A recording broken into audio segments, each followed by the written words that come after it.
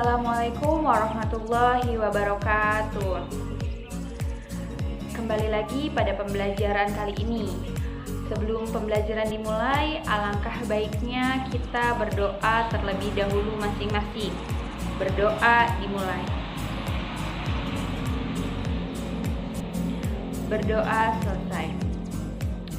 Walaupun kita melakukan pembelajaran tidak secara langsung, kita harus tetap semangat dengan tetap mematuhi protokol kesehatan, dengan tetap memakai masker, mencuci tangan, dan menjauhi kerumunan. Baiklah anak-anak, pada kesempatan ini Ibu akan menjelaskan materi yang berkaitan dengan proses kodifikasi hadis pada masa Khalifah Umar bin Abdul Aziz pada masa Bani Umayyah. Baiklah, terlebih dahulu kita mengetahui mengenai pengertian kodifikasi hadis. Kodifikasi dalam bahasa Arab dikenal dengan al-tadwin, yang berarti mengumpulkan dan menyusun. Secara istilah, kodifikasi hadis adalah penulisan dan pembukuan hadis secara resmi berdasarkan perintah khalifah dengan melibatkan beberapa personel yang ahli dalam masalah ini, bukan yang dilakukan secara perseorangan atau untuk keperluan pribadi. Jadi, tadwin al-hadis atau kodifikasi hadis dapat dipahami sebagai penghimpunan, penulisan, dan pembukuan hadis Nabi atas perintah resmi dari penguasa negara, bukan dilakukan atas inisiatif perorangan atau untuk keperluan pribadi. Usaha ini mulai direlasikan pada masa pemerintah Khalifah ke-8 Bani Umayyah, yaitu Khalifah Umar bin Abdul Aziz, melalui instruksinya kepada Gubernur Madinah Abu Bakar bin Muhammad bin Amr bin Hamad, yang mengatakan, "Periksalah hadis Nabi Muhammad SAW dan tuliskanlah, karena aku khawatir bahwa ilmu hadis akan lenyap dengan meninggalnya ulama, dan tolaklah hadis lain dari Nabi Muhammad SAW. Hendaklah hadis disebarkan dan diajarkan di majlis-majlis, sehingga orang-orang yang tidak mengetahui menjadi mengetahuinya. Sesungguhnya hadis itu tidak akan rusak sehingga disembunyikan oleh ahlinya." Nah, atas instruksi ini, Ibnu Hamaz lalu mengumpulkan hadis-hadis Nabi, baik yang ada pada dirinya maupun pada Amroh, murid kepercayaan Siti Aisyah.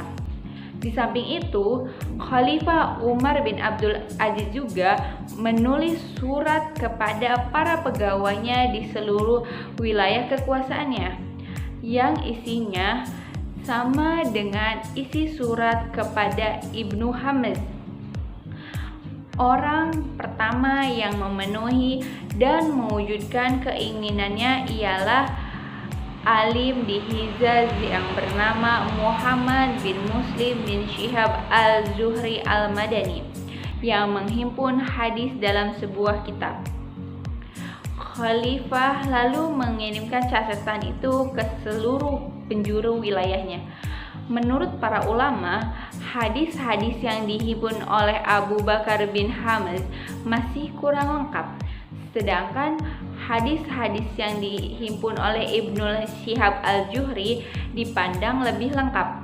Akan tetapi sayang sekali, karena kedua karya tadi itu lenyap sehingga tidak sampai ke generasi sekarang. Para sarjana hadis seperti Azaz al-Khatib, Mustafa Husni Asibai, Muhammad Jamaluddin al-Khosimi, Luqman Abdul Mu'tal, Muhammad al-Zafaf, dan lain-lain, menemukan dokumen yang bersumber dari Imam Malik bin Anas bahwa kodifikasi hadis ini adalah atas prakarsa Khalifah Umar bin Abdul Aziz dengan menugaskan kepada Ibnu Syihab Az-Zuhri dan Ibnu Hamaz untuk merelasikannya. Begitu juga Umar bin Abdul Aziz menugaskan kepada ulama-ulama lain di berbagai penjuru untuk ikut serta membantu pelaksanaan kodifikasi. Selanjutnya adalah latar belakang kodifikasi hadis. Munculnya kegiatan untuk menghimpun dan membukukan hadis pada periode ini dilatar belakangi oleh beberapa faktor. Di antaranya adalah kekhawatiran akan hilangnya hadis-hadis Nabi disebabkan meninggalnya para sahabat dan tabi'in yang benar-benar ahli di bidangnya, sehingga jumlah mereka semakin hari semakin sedikit.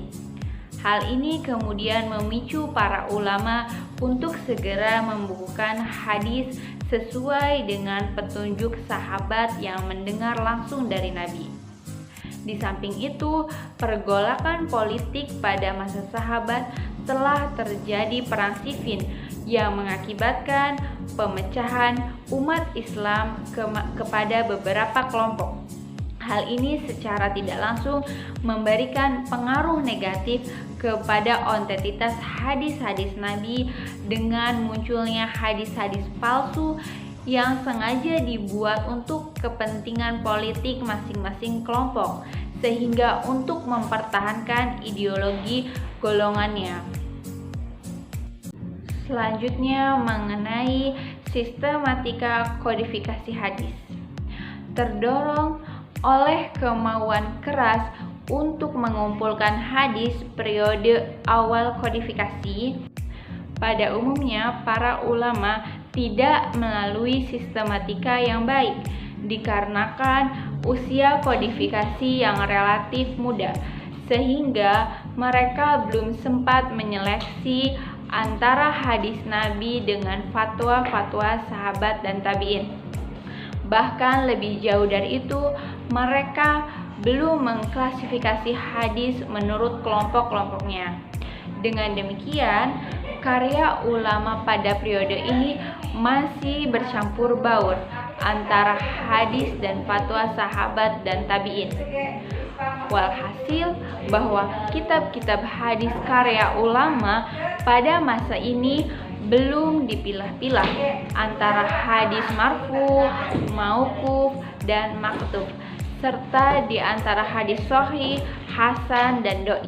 Namun, tidak berarti semua ulama hadis pada masa ini tidak ada yang membukukan hadis dengan sistematis, karena ternyata ada di antara mereka yang telah mempunyai inisiatif seperti Imam Syafi'i untuk menulis hadis secara sistematik, yang mempunyai ide cemerlang mengumpulkan hadis-hadis berhubungan dengan masalah talak di sebuah kitab. Begitu juga dengan karya Imam Ibnu Hazm yang hanya menghimpun hadis-hadis Nabi ke dalam sebuah kitab atas instruksi Umar bin Abdul Aziz yang berkata, "Jangan kau terima selain hadis Nabi SAW saja." Kemudian pembukuan hadis berkembang pesat di mana-mana. Seperti di kota Mekah, hadis telah dibukukan oleh Ibnu Jurayji dan Ibnu Ishaq. Di Madinah oleh Sa'id bin Abi Arubah, Rabi bin Sobih, dan Imam Malik. Di Basrah oleh Hamad bin Salamah. Di Kufah oleh Sufyan As-Sauri. Di Syam oleh Abu Amr Al-Auza'i, dan begitu seterusnya. Nah, itulah anak-anak materi yang berkaitan dengan proses kodifikasi hadis pada masa Khalifah Umar bin Abdul Aziz. Mungkin itu saja materi yang dapat Ibu sampaikan pada kesempatan kali ini. Tetap jaga kesehatan, tetap semangat. Assalamualaikum warahmatullahi wabarakatuh.